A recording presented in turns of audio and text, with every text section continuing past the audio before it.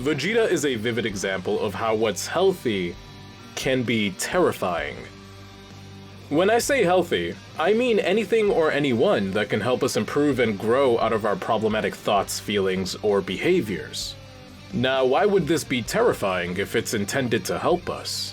It seems contradictory, but I think it can be understood more easily through arguably Dragon Ball's most flawed character, Vegeta.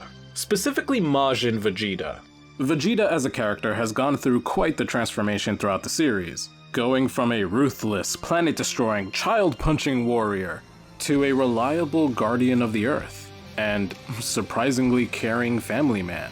Quite the drastic change, but it wasn't overnight. Vegeta doesn't become a good person until the end of Z, and he's made plenty of life-threatening mistakes to get there. One of the most noteworthy being his transformation into Majin Vegeta. Right when we thought the Saiyan Princess tempered his thirst for battle by settling down and starting a family, we find out that Vegeta has secretly been lamenting the loss of his warrior lifestyle. So much so that he was willing to throw away all of his progress as a person to, as he puts it, return to the way he was before. He allowed someone else to bring out the evil in his heart again, and give him the power boost he desired. In my opinion, this is Vegeta at his lowest point psychologically, because he was learning to grow past his traumatic upbringing. He was beginning to change, but relapsed into his old and toxic habits out of fear of this change.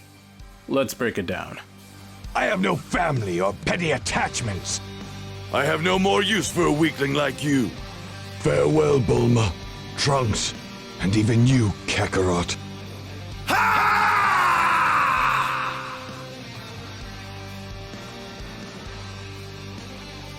Vegeta's toxic habits of endangering the lives of everyone around him and having an obsession with growing physically stronger are products of his ruthless warrior mentality, which in turn is a product of his environment. Saiyan culture is all about having pride in your strength as a warrior. Saiyans are genetically gifted when it comes to combat, and thus their entire society was built around it. This is something Vegeta understood as early as childhood. As a kid, he was already a ruthless warrior being sent out to conquer planets. Power being the only measure of his worth as a person, and apathy for the lives of those around him, are the values he was quite literally born into. These values were only made more important the older he grew. Each battle, each victory, each conquest was proof that his mentality was the correct way to survive in the universe. Frieza is also a noteworthy figure in Vegeta's life who reinforced these values. Not only did he continue to use this child as a soldier, after destroying their whole planet and race in an act of horrific genocide, but his presence alone is proof of Vegeta's ideals at the time. Frieza's overwhelming power is the only reason why Vegeta had to endure being a tool for the expansion of an empire. Furthermore, he witnessed his father, the king of all Saiyans, being humiliated by Beerus, a literal god of destruction, and then was filled with absolute terror from a single glance. This is the context that Vegeta spent his most formative years in, and is why he is so prideful about being strong. The combination of his culture, witnessing the effect power has on people regardless of status, and a life of battle under a tyrannical emperor ingrained Vegeta's warrior mentality as an aspect of his identity. Before we move on, I want to address a misconception. I understand that during the Namek saga, he flat out tells Dodoria that he doesn't care about his race and was only angry about him being used by Frieza as a slave, which would call into question the value he places on his cultural ideals. However, the way I understand this is that Vegeta values his heritage as a warrior, but he doesn't care about the lives of the other members of his race. It's like he values his heritage in concept, or in other words, what they were supposed to be as a warrior race. His definition of which, I would argue, has developed along with his character throughout the whole series. So he doesn't have an intimate connection to the members of his fallen people, but he does identify with the cultural values, and strives to be the true embodiment of Saiyan pride. You can even see this in subtle ways, like how he refers to himself as the Prince of all Saiyans, and only calls Goku by his Saiyan name, Kakarot, demonstrating his affection for the concept of being a Saiyan, but never expressing concern for individual members, at least until the end of the Cell arc. But even then, that's more a product of humanity. I just wanted to address this quickly because it is a good point of contention to bring up. With all that being said, let's continue. we have an understanding of Vegeta's ruthless warrior mentality and how it was nurtured within him. Now, the reason why this mentality is so hard to let go of by this point in the series is because, despite how problematic and life-threatening it is, it's all that he knows and has been rewarded for. Despite getting his ass handed to him multiple times, Vegeta manages to push past his limits and grow stronger by his own hard work. He even gets moments where he utterly humiliates those that previously outclassed him, and I'm pretty sure this is something he's done frequently in his life. These moments reward him for being problematic, because it's a clear measure of his worth as a person. This is Vegeta's insecurity during Dragon Ball Z. His worth as a person doesn't come from an innate belief in himself, but rather from dominating as many people as he can. Thus, we end up in a cycle where he'll constantly put himself and those around him in immense danger at the chance of being the most dominant person. By surviving this cycle, he's learned to have immense pride in himself. However, Vegeta's old toxic habits serve more of a purpose than simply elevating his pride. These habits are how Vegeta has maintained some semblance of control over his life. Being physically superior allows him to, quite literally, do whatever he wants. Whether it's annihilating a whole population in search of the Dragon Balls, or chilling in Bulma's house for free. Having autonomy over his life is what his ruthless warrior mentality has been able to bring him. As someone born into this life of conflict, he didn't have many options for discovering other ways to do this. Therefore, not only did his upbringing ingrain these toxic habits as a part of him, but they also satisfy a key psychological need as a person. In other words, these habits are familiar and important. Anything else is unfamiliar, and that is inherently frightening. I think Majin Vegeta can be used as an example to understand what I mean by this. Majin Vegeta is the result of his insecurities being exploited so that he can return to his familiar toxic habits. To understand how, we have to talk about the change in Vegeta's character prior to this moment. The climax of the Cell Saga made Vegeta recontextualize his life up until then. The death of his son made Vegeta, for the first time in the series, demonstrate affection for someone else by becoming enraged at the sight. There's also Goku, the only other man Vegeta seemed to respect as a warrior despite their differences, who sacrificed his life for everyone else, without hesitation. A warrior that continued to surpass everyone around him in feats of strength, but gave it all up, not due to an unyielding sense of pride as a warrior, but rather out of selflessness and concern for those around him. These moments challenged everything Vegeta knew about life up until then, and left such an impact that he swore to never fight again. This wasn't because Vegeta suddenly knew the error of his ways or anything like that. Instead, I would argue that Vegeta rationalized these moments as proof of him no longer being worthy of the title warrior by his own definition. However, Vegeta took a surprising direction in life from this point. He settled down with Bulma, and became involved in the life of his son. Vegeta chose to live in peace, and tried to have some form of relationship with his family. He even admits to, at some point, beginning to enjoy his new life. This couldn't have been an easy transition.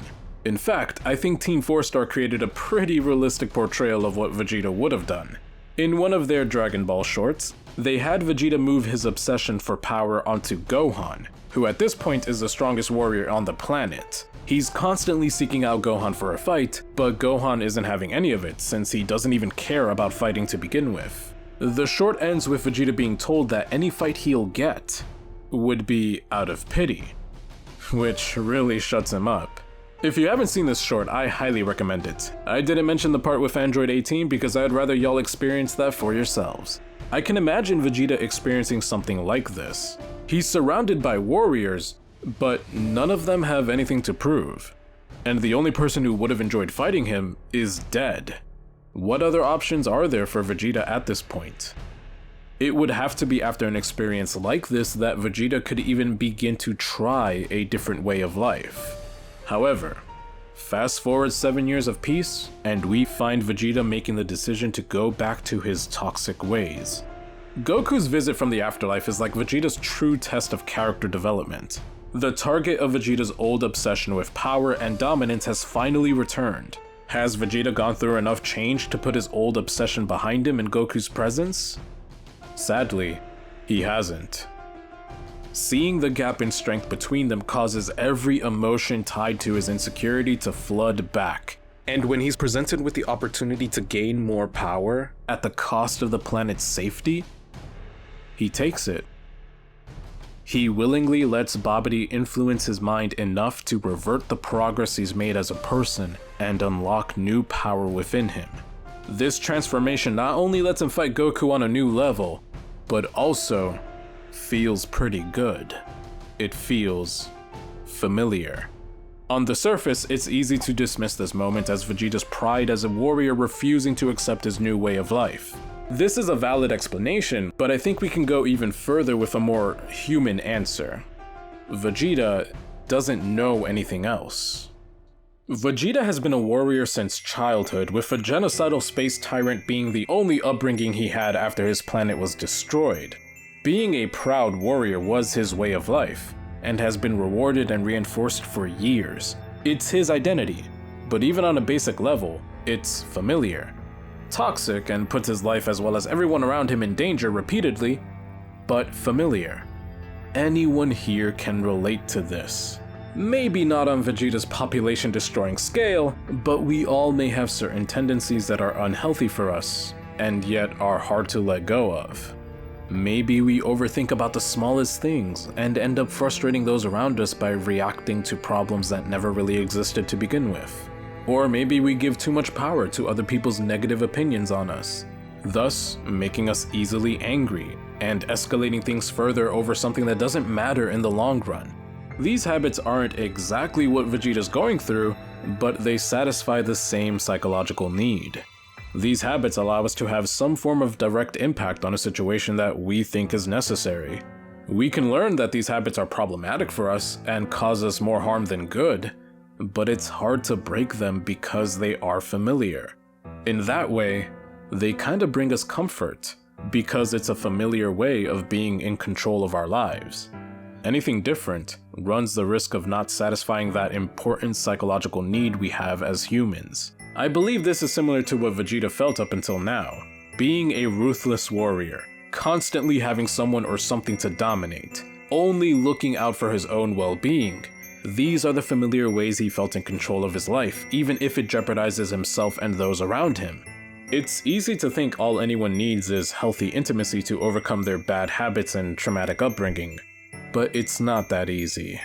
Even when you're given the opportunity for something healthy, the reality is that people naturally fear what is unfamiliar to them. This fear can be amplified when it's something that contradicts their entire way of life up until then. In the case of Vegeta, his value as a person was measured through dominating enemies. Shifting from a lifetime of that to accepting intimacy and not seeking out dominance can be frightening, because his value as a person is now out of his control. Or at least, that's how he thinks about it. By not seeking out battle, you effectively remove the only measure of his worth he has had for his whole life. Hence, why he refers to his 7 years with his family as a life of mediocrity. It's almost as if he's grieving the loss of the person he used to be, because he can't shake that misguided ideal of the perfect warrior. Even though intimacy with his family can give him the security he craves, it still involves placing that trust in someone else. So this is how something that is objectively good for his well-being can become his most terrifying challenge.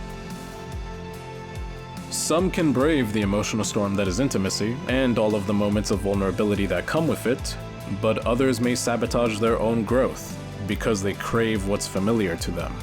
It's what we know. Thus, we may find comfort in our self-destructive qualities. Vegeta's relapse into his old habits is understandable within this context, and reframes what he believes a moment of strength into a moment of weakness. Suddenly, something as fantastical as evil magic in Dragon Ball sounds so familiar. Now, I'm not here to kick Vegeta during his most vulnerable moment in the series. Far from it. I think highlighting this moment only accentuates the growth Vegeta has had as a person by the end of Dragon Ball Super. Majin Vegeta was the final mistake that truly made him become self-aware of how his habits hurt everyone. Now with a second chance at life, we see Vegeta's values have definitely changed. He spends time with those around him. He prioritizes his family in the face of opportunities that would have made him ecstatic in the past. He makes an absolute fool out of himself to keep everyone safe from a literal god of destruction. He even confronts said god, without hesitation, the moment Bulma is hurt. The same god that struck terror in him with a single glance as a child. Vegeta may remain prideful, but the values that fueled said pride have changed. He's finally been able to accept intimacy as a part of his life, and a new source for motivation. It by no means has been an easy journey to get here, and to be honest with you, everyone around him had more patience with him than they should have. But if Vegeta can overcome his bad habits, then there's hope for anyone.